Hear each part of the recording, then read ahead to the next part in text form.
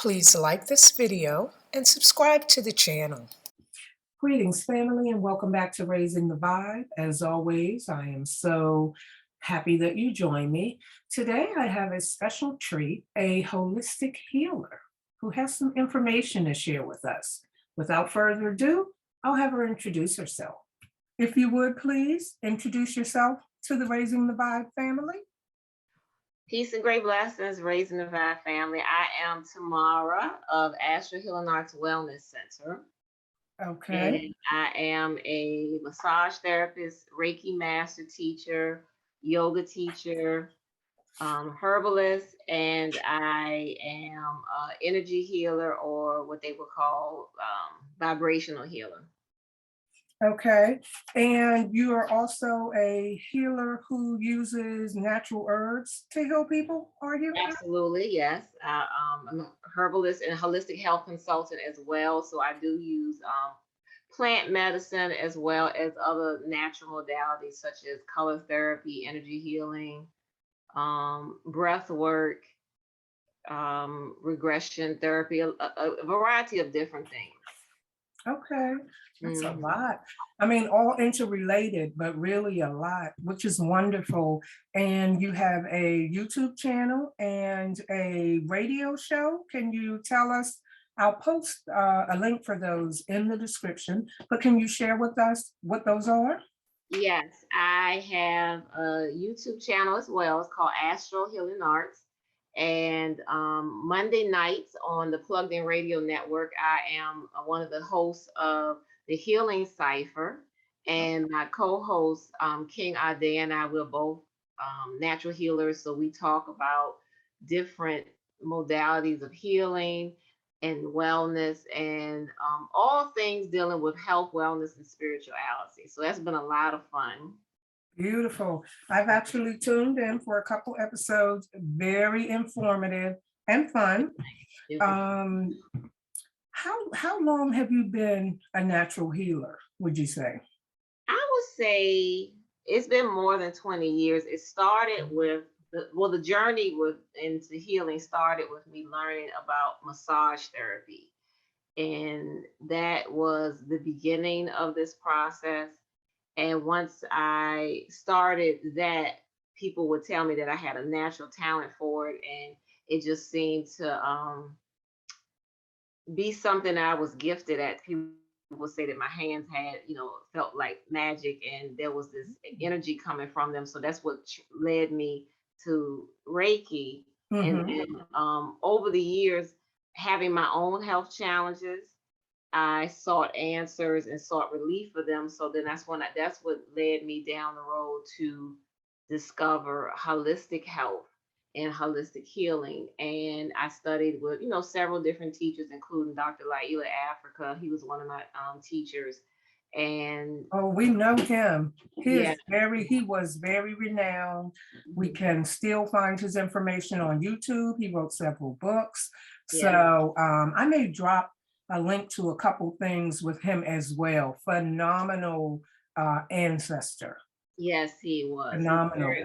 Very kind man, very informative, very well educated, and he really dedicated himself to raising our consciousness about natural health. He was very serious. And eating, and how we should be eating, and how we are different from non-melanated people, and how that affects what we should be doing and what we should be eating.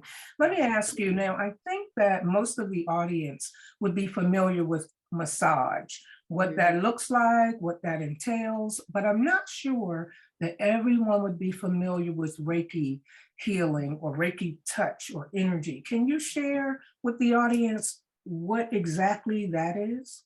Yes, Reiki is a Japanese name for a very ancient healing art form that probably began in the beginnings of time. But what Reiki is a word that means universal life force energy.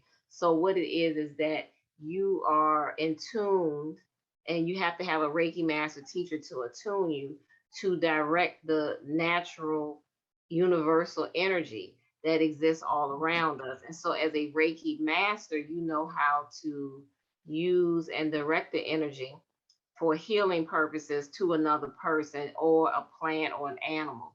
And this energy exists all around us.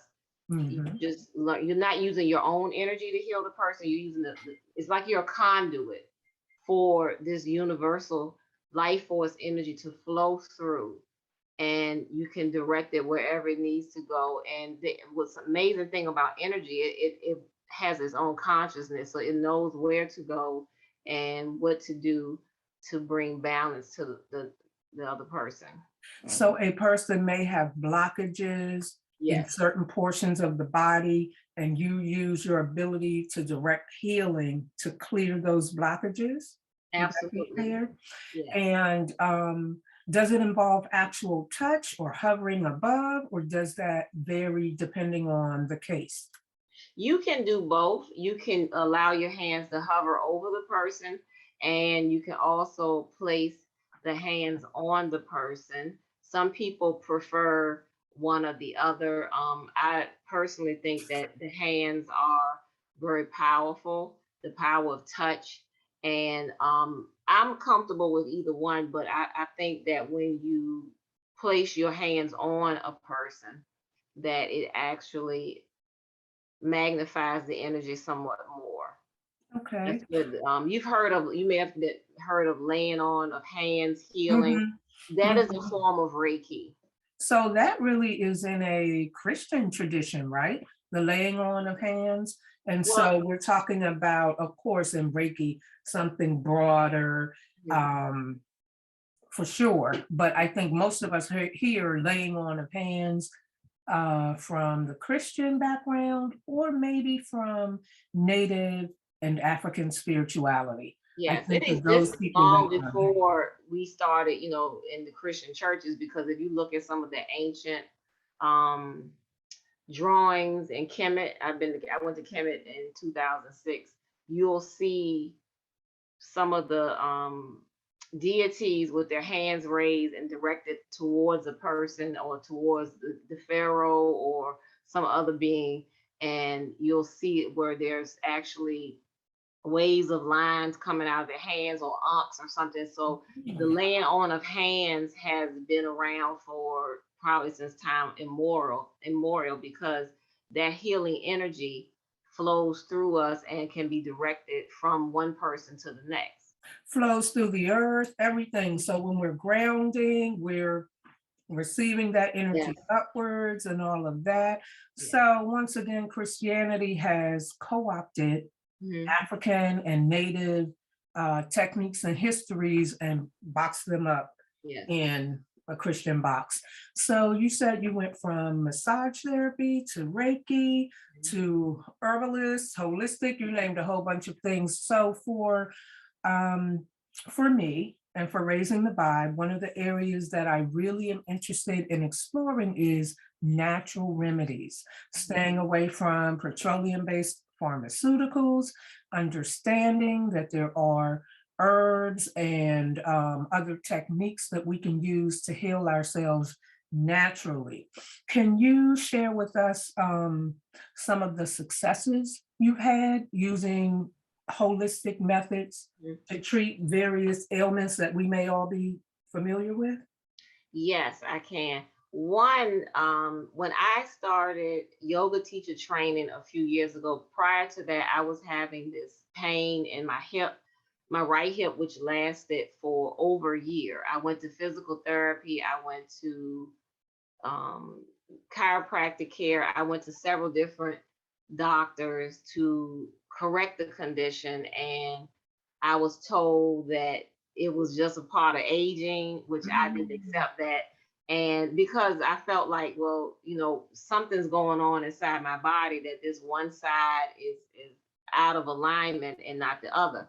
mhm. So continue to try different treatments. And I was in pain every day, sister, for like a little bit over a year. Some days it was worse than others. Mhm. And I started yoga teacher training the summer of 2016. And I had been in pain for so long. When it stopped, I was like, wait a minute, something, something don't feel right. And I started the teacher training, and after maybe about 4 or 5 days, the pain disappeared, and I was walking straight again. Wow. It just and it never came back. And so that's as a result of yoga itself, moving Yes, into the I very, and think that's an energy movement practice yes. too. People don't always realize that. And then I had some other conditions. One was I used to have chronic sinus congestion, and I would have frequent sinus infections and sometimes ear infections a few years ago. And I tried many different things to remedy the issue. And it would happen often. You know, doctors prescribe different prescriptions, and sometimes I had to take antibiotics when I had the sinus infections. But Mhm. I decided to give up wheat gluten for a while, Okay. but not for that. It was for another reason. And shortly after that, I discovered that that was what was causing the congestion for me. So Wow. that was another success story. So Um, you're now gluten free. You have I remained am gluten free. free. Yes, I'm vegan Okay. and I'm gluten free, and so I don't have that chronic congestion and issue with my sinuses anymore. So I had a client also a few years ago who had hypertension as well as diabetes, and he asked me to help him with getting off the medications because he had been on the medication for a few years and he wasn't seeing any results. His pressure was still high, and sometimes it would be dangerously high, and the sugar as well. And it was starting to cause other problems in his body, like poor circulation. So put him on a special diet, which was primarily vegan. Some fish he ate, some lean meats, but it was mostly plant-based diet and juicing daily. He was over 60, so he was exercising, but it was like in the form of line dance and some other forms of exercise that was comfortable for him. And through the changes in his diet and lifestyle, in a few weeks, the blood pressure went to normal, and then it took a few more months for the sugar to become stable. So that points up two things. One is Mhm. the absolute importance of what we're putting in our mouths, how Yeah, it affects our health, yeah, and it can't really be overstated. And that absolutely. plant-based diet, I am a strong advocate of because it can turn everything around. The other is weight. Did that gentleman lose weight as a result of being on that I primarily plant-based think diet? he, if I remember correctly, he lost some weight. It Mhm. wasn't a whole lot, but we were focusing more on getting the blood pressure and the sugar levels under control. He did lose some weight. It may have been like 10 or 15 Well, pounds. that's not that But for much. Yeah. some people, that's not a lot, and others, it just depends on your frame. It is a lot of weight, but he did lose a little. Yes. So when you were speaking before about doctors telling you that the pain in your hip was just a sign of aging, a Yes. few years back, I had more weight than I do now, like a good 20 pounds, in fact, but I was having difficulty getting rid of them. So I went to the first time around, I went to a weight doctor. And one of the things he said to me is a lot of the symptoms that people associate with aging Hmm. are actually weight related. And when they lose the weight, the symptoms go away. And I find that to have been true in my case. You know, he was more diet based and some other things. And so eventually I gained the weight back. And it wasn't until I did a good, strong boot camp that I took it off and kept it off. But I think that, that's just an interesting aspect. And what you're saying about hypertension and diabetes can potentially help so many people because that's prevalent in our ethnic group. Yes. And they have trained us to think that it is genetic. Yes. But in reality, would you agree that it is essentially connected to the way we eat in this country, at least? Yes. I think a lot of the degenerative diseases that people have are diet and lifestyle based. It had I grew up in a household. Well, I grew up in a family too where nearly every adult around me had hypertension, and many of them had diabetes too. And I kept hearing that, oh, this is just, it runs in our family, or I would hear that, this is just something that we all go through as we get older. But you see children sometimes with diabetes and hypertension, Mhm. and occasionally you'll meet elders that don't have that. So it's not age related, and it's not. I don't believe it's hereditary, because I don't have any of those illnesses. I don't have diabetes Yeah. or hypertension, Yeah. um, nor do you, and some of my siblings do not. So I think it's a, a lot of it is the diet and the lifestyle, because those two things are interrelated, and we need to monitor what we're consuming, like you said, what you put in your mouth, because your food is your fuel. Also, the thoughts we're thinking, the Mhm. managing stress, Mhm. which I've had struggles with that over the years too, because stress can also show up in physical symptoms in the body. Stress affects us in many different ways. So managing stress, eating naturally, eating not only the proper foods but at the proper time. We need to avoid a lot of late night eating, which doesn't digest well. Staying away from excessive processed foods, Mhm. and just making sure we get the proper amount of exercise, being mindful of the environments that we're in, getting more sunlight, more Mhm. fresh air. All of those things are interrelated to our overall health. So it's not just I'm gonna eat well, but I'm not managing stress, or I'm going to make sure I exercise, but then you turn around and smoke cigarettes or something else. So you have to really, it's a lifestyle change. So when you said lifestyle, I was wondering what that entails, but you named a lot of it: stress, your thoughts, your exercise, your environment, the sunlight, the air, so being out in nature. So in the modern world, I think it is fair to say that many of us suffer from high levels of stress. What Yeah. are some of the ways that that shows up physically in our bodies? Well, one of the ways it can show up physically is extreme fatigue. A lot of people, when they're stressed, they're either not getting enough sleep or they're getting too much sleep. So stress can cause fatigue and insomnia.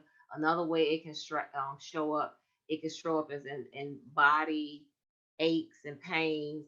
Mhm. Oftentimes, ones that have no definite origin. I think the one that I was having in my hip might have been related to stress too. And I think the stress was causing the tension in the body. And then when I started going to the yoga classes daily and the yoga practice and breathing, I was able to release that and feel better. And I think that's what got rid of the pain in the hip. It can also manifest in back pain. A Mm. lot of times, in back, neck, and shoulder pain. A lot of people carry their stress in their body because the brain Mhm. can only handle so much stress. And when you have too much, it'll be discharged in the body. So it may manifest in the back, the shoulders, the neck. And as a massage therapist, when I work on people, those are the places where there's the most tension in the body: the neck, the shoulders, and the spine. Okay. Hmm. Okay. And you have mentioned that exercise is another way to manage your health. Um, I mean, I know the answer to this, but let's talk about it for the audience. Do they have to do an extreme boot camp, an amazing number of hours of exercise every day? What are we talking when we're talking exercise just to facilitate good health? I think exercise varies from person to person. There's no one size fits all. Some people need that vigorous exercise in the form of a boot camp. Others need more gentle movement of exercise or low impact. So it just depends on the person, depending on your weight, your age, your what health conditions you have. If you're more experienced, like if you haven't exercised in years, you don't want to start off probably with a high impact, intense workout. You may want to start off gradually So it just depends on what's best for your needs and your weight, your health conditions, and etc. So your body will help you to realize Yes. what works for you and what doesn't. With the one, I guess, disclaimer that at the beginning of lifting weights, you are going to feel some soreness in your muscles Yes. post exercise. But other than that, I mean, like I've seen boot camps where people are throwing up, and I'm saying, obviously, Wow. this is too extreme for you. You need to work your way up to that. So people maybe should listen to their bodies and use that as a guide for, whether what they're doing is good, when to increase it. Is that reasonable? Yes, I agree. Yes, always listen to your body. Your body knows what's best, and you shouldn't push yourself to do more than what your body would allow. Remember, you can't compare yourself to other people. Just take your time, do what feels comfortable for you when it comes to exercise. And remember, just like everything else, practice makes perfect. You may find it hard to keep up the first time. Keep at it. Because I know I took a class with a personal trainer, and at first I felt like I can't do this, I wanted to drop out, but then I had to keep adding as time went on. One day he showed me a video. He took a video of me when I started, and Wow. then he filmed me again months later. He was like, look how far you come. And I was like, well, I didn't know you were but I saw the progression and the growth, where I couldn't do certain things. Like I was struggling with push-ups, girl, and then all of a sudden I could do them. So Hmm. you got to be patient with yourself and just find an exercise routine that is good for you. And I like Zumba. Some people, they might not I like care for Zumba. that. Yeah, I Mhm. like Zumba. I like some weight training too with cardio, but you have to find what you like the best. You may like jogging. Some other people, swimming is the best form of exercise for them. And for people who have, Swimming is good for your joints. It allows you to really do cardio without putting too much pressure on your joints. that's what I was going to say, people who have like joint pain or knee pain, I think swimming is probably one of the best exercises. And they have like, don't they have Or there aerobics, aqua aqua, Zumba, water stuff like that? aerobics. Yeah, I think they call it all of that. Yeah. Yeah. So things like that would be good for people who have joint pain, or um, people who can't tolerate the heavy impact. Mhm. So the water is enough resistance that they need to strengthen their muscles and to strengthen the joints. Yoga is another great form of exercise, and it includes breath work. Tai Chi, Mhm. is great exercise. And then you have just things like jogging, riding a bike. That's a great form That's of exercise. cardio. Yep. Cardio, Jumping rope. I yeah, mean, there's no excuse. boxing, Yep. Kickboxing, all of kickboxing, that. and I that's a think good from form of exercise too. Kickboxing. Yeah, I think Mhm. from my perspective, I think that a good fitness routine has three elements, Okay. and that's going to be cardio, which, as we just mentioned, you can get cardio in a ton of ways. So just pick your choice. And then there's weightlifting, which you do have to start light and build your way up so that you don't get hurt. And there is flexibility, the stretching, the yoga, the Pilates, all that sort of thing. If you have strong cardiovascular system, great musculature, and you are flexible, your body is probably going to be in phenomenal shape. So I would always try to hit those 3 points. Now, another thing you mentioned is the environment, but you mentioned that in addition to what I talk about a lot, which is nature. Mhm. So what do you mean when you say you have to watch the environment you're in? I was talking about the nature as well, making sure that you get outside and spend more time in a natural setting, and also the physical environment and the energetic environment that you're in. Because if you're in an environment that is toxic for you, whether it's mentally toxic, emotionally, or even physically, that's going to have a toll on your well-being and your mind and your ability to manage stress. And you cannot heal in an environment that is responsible for what made you sick in the first place. So you Right. have to monitor what type of environment you are in physically as well as energetic, because a lot of us are in unhealthy relationships or unhealthy work environments where we are feeling stressed or tense or anxious all the time, or we're around people who may not have our best interests at heart. And Mhm. so that kind of environment as well is also not healthy for you. And then that would include things like clutter, right? Just Oh having yeah, definitely. too much, because energy is flowing through your Right. physical environment as well, and you don't want it blocked up in a bunch of Clutter clutter. can cause stress too, not feeling able to, like you said, the energy is not flowing properly in your home if it's cluttered. And then you also feel um stress and anxiety, not being able to move around and be free because you actually become imprisoned when Mhm. you have a Oh, lot if you're a of clutter. hoarder, for sure. If they're a hoarder, they really Oh will yeah. become, but even if it's not to that extreme, just Mhm. having a lot of clutter, right, could Yeah, be it could be problematic. stressful, it could be problematic. Yes. And so with the environment thing, there's some, in addition to cleaning, clearing out, obviously getting rid of people who are driving you crazy. They could do things like bring some plants in, open Yeah, the shades and make sure you let sunlight in. I mean, sometimes it's really small things small can make a things. paint one wall and a beautiful color that calms you or energizes you, just things like that can make a big difference, would you Yeah. say?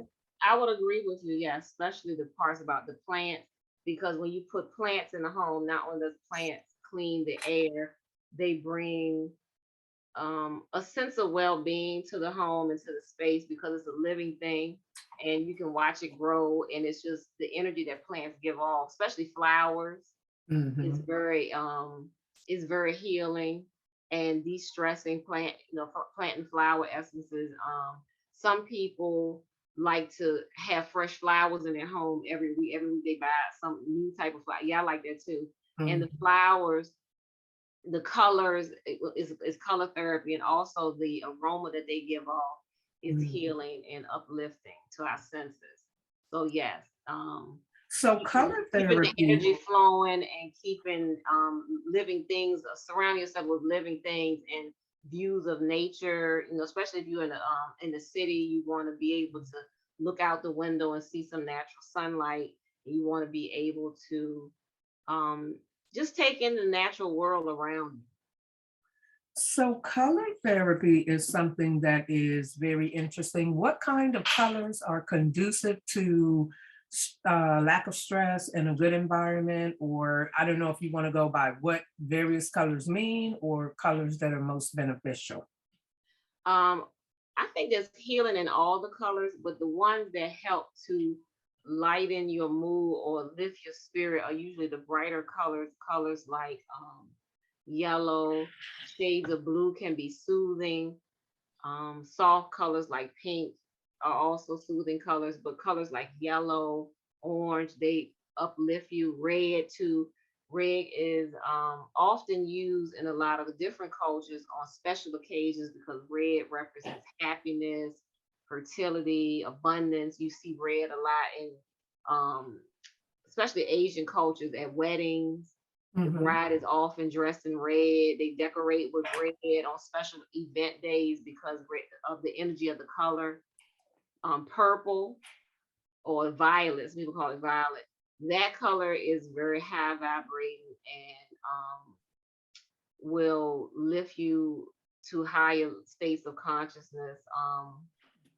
I personally like to wear white. Like I wear white a lot when I do ceremony or prayers and things because white represents purity and new beginnings. So any of those colors that resonate with you, and oftentimes when people have a favorite color, there's usually some energy that they are in need of or they're expressing more. Like if someone likes purple a lot or they wear a lot of purple a lot of times, that is, for the higher chakras because I think that purple is the color of the crown chakra.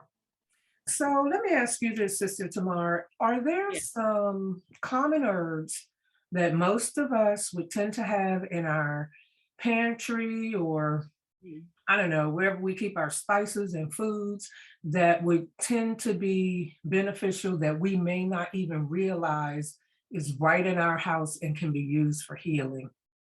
Yes, a lot of people have herbs that are being used as spices in their spice cabinet, and a lot of those can be used for healing benefits. And a lot of us have things in our homes as well, like essential oils that people may use for certain things, not realizing just how powerful they are. Plants have so many healing benefits, but one of them is a common herb. The first one that came to mind was rosemary. Rosemary is a popular spice that we use to season food, but you can also make a tea out of rosemary. And rosemary essential oil is very powerful as well. Rosemary can be used to make a hair rinse, which helps promote hair growth and to prevent the hair from falling out. Oh, Rosemary can wow. also be used to calm your senses, and it also can help with your digestion as well. That's one of the reasons why it's used as a spice to season food. Peppermint, a lot of us have things in our houses, peppermint essential oil or peppermint extract or whatever. Peppermint also is great for digestion as well as lifting the senses and invigorating you. Is not if you're feeling a little down or sleepy in the morning, you can put a couple of drops in the bath water or um, use it in the shower, just a few drops in the running water to help liven your senses and help you with staying alert. Some people call peppermint like the happy oil or the happy scent because it makes you happy. It does it lifts your spirit. It really does. Peppermint, spearmint, I would say all of the essential oils in the mint family. Oh, so like, and what about eucalyptus? Where does that fit in? I like eucalyptus a lot, and eucalyptus has many benefits. It's used a lot in a lot of medicinal preparations. Mhm. It has many different uses. One of them, you can add it to some water and put it in a spray bottle. You can use it to disinfect. You can Mhm. also use eucalyptus, a couple of drops in a foot soap to stimulate the feet. I use eucalyptus oil sometimes in this homemade mouthwash that I use just to kill bacteria in the mouth and to help to heal the gums. Eucalyptus is great for doing nasal inhalations, especially now with the cold season.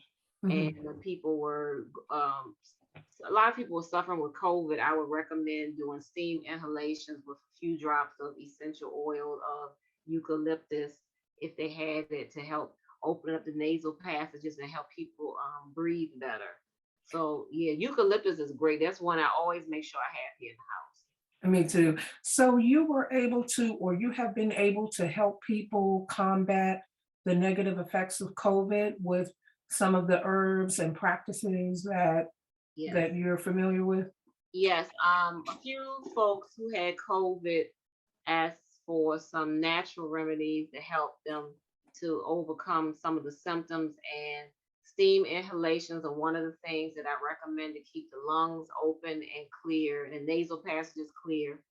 And I would recommend people to drink warm liquids, especially a recipe a friend of mine gave me, which was ginger, fresh grated ginger, turmeric root, a whole lime chopped up, garlic, few cloves of garlic, a red onion, and you bring all of that to a boil and Mhm. strain it and add some sweetener, maple syrup or honey, and you would drink it several times a day as a shot.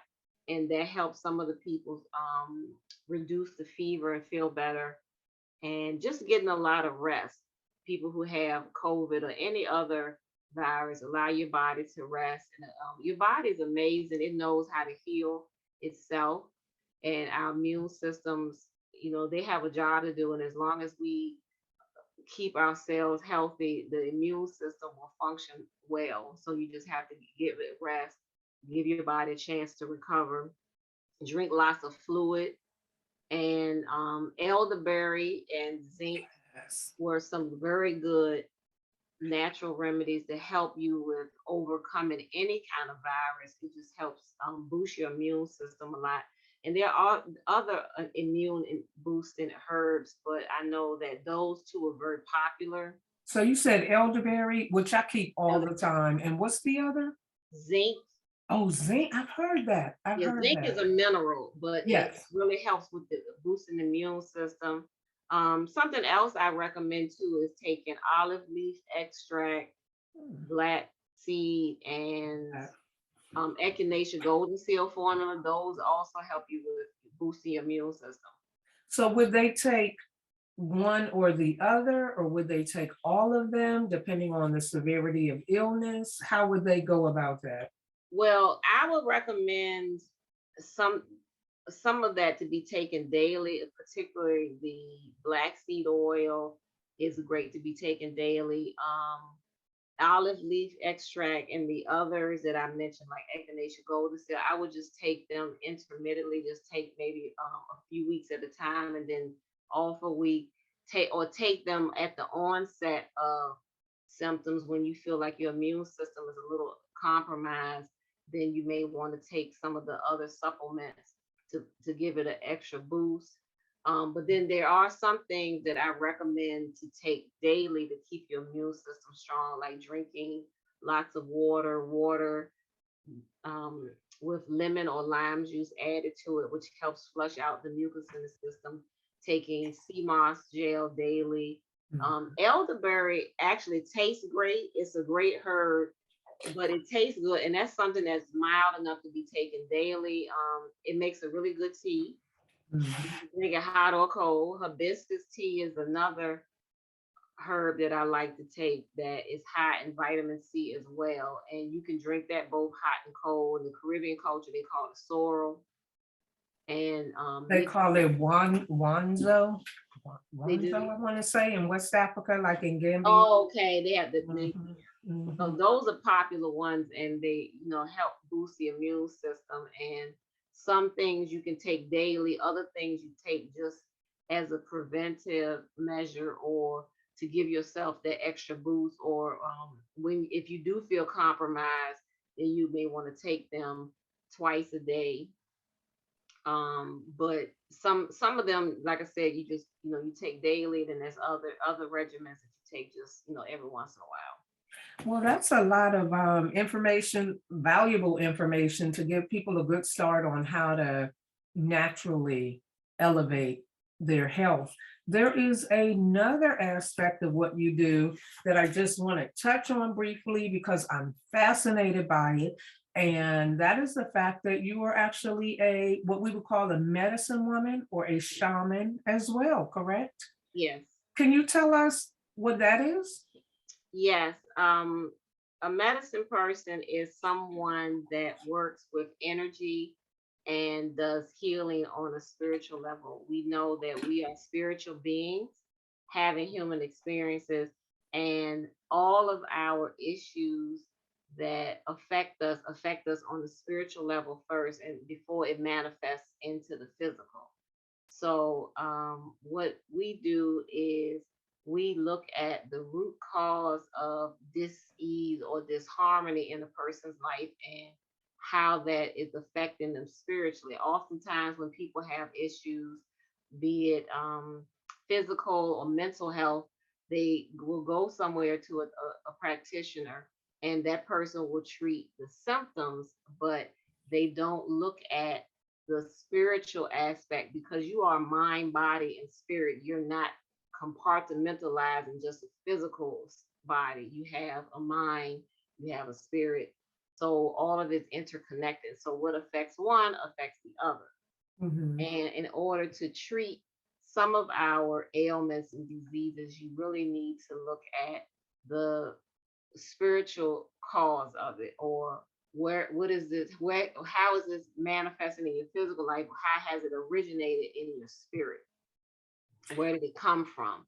And a medicine person is someone that can also access higher dimensions or other dimensions to assist with the healing process. So is that something that came natural to you and was nurtured? Did you train for it? How do you even discover, hey, I have this ability to do these things and maybe I should try to grow it or increase it? I think what you said, that it was something that was natural, and over time it began to manifest more. And so I started to encounter different teachers over the years who assisted me in the process. And they say when the student is ready, the master will appear. Hmm. And so that has been my life's journey, just meeting different teachers. A lot of what I learned on my own. You know, we all need guidance to a certain extent, but I have had several teachers over the years who were more advanced medicine people who taught me different techniques or helped me to discover ones that I had that I wasn't aware of initially. And it's kind of like a calling. It's just something that you feel in your heart, and you know that desire to heal and to help others to restore balance. And it starts with yourself. You know, you learn to heal yourself, and once you learn to heal yourself, you start to that's kind of like a training ground to help you with healing others. So if people are interested in massages, Reiki, holistic healing, they can reach out to you. Yes. What kinds of things would they reach out to you for your spiritual healing practice? Like, I don't know that necessarily people would know, oh, I'm feeling this, or oh, that's happening. This could have a spiritual root. Maybe I should pursue that. Well, most of the people who come to me for spiritual healing, a lot of them have advanced in spiritual abilities themselves. So they know that there's something not quite right with their spirit, or their blockages in their spirit or their life, that they feel they need some energy work. Or people, the other group of people that come to me are people who have chronic conditions or ailments that they haven't been able to resolve in the conventional way. Like doctors have either told them that this is a chronic condition, or they don't know what's wrong with them, or it's something that just defies logic or something. And Mhm. so it's kind of like they have this condition and no one else can help them. So let me try. My last resort. Let's I'm try my gonna. last resort, right? And so, Mhm. and it oftentimes it works. Sometimes once they go look at the spiritual level and start to heal from the spirit, a lot of times those ailments will just go away, and it's almost it's magical to watch Mhm. the growth and development in someone when they embark on their spiritual healing journey. That's beautiful. I thank you so much for sharing all this wonderful information with us, with the Raising the Vibe family. Thank As we you bring for having me. this interview to a close, are there any last words you would like to share? Well, I want to thank you for your channel and for raising the vibe and raising the consciousness, and being a positive influencer out here, because it's so much that is distracting. And I think that there's so much out here that there's to divide us. And I like Mhm. your channel and how you're trying to bring people closer together and unite, and just raising positive, powerful topics. I enjoy Thank you. your channel. Thank you. That is quite a compliment. Thank you very much. Thank you. Thank you. Thank you. All right. Well, thank you, Sister Tamara. I will Thank make you. sure to have your information in the description link. All And we right. just appreciate you. Please keep doing what you're doing. Thank you so much. I appreciate you too. All right. Love and Like light. Talk to you listen, soon. love and light to you too. Well, family, I hope you found this video very informative and that you learned some useful information to help you raise your vibe and improve your health. I look forward to seeing you at the next video. And until then, Peace and love and light.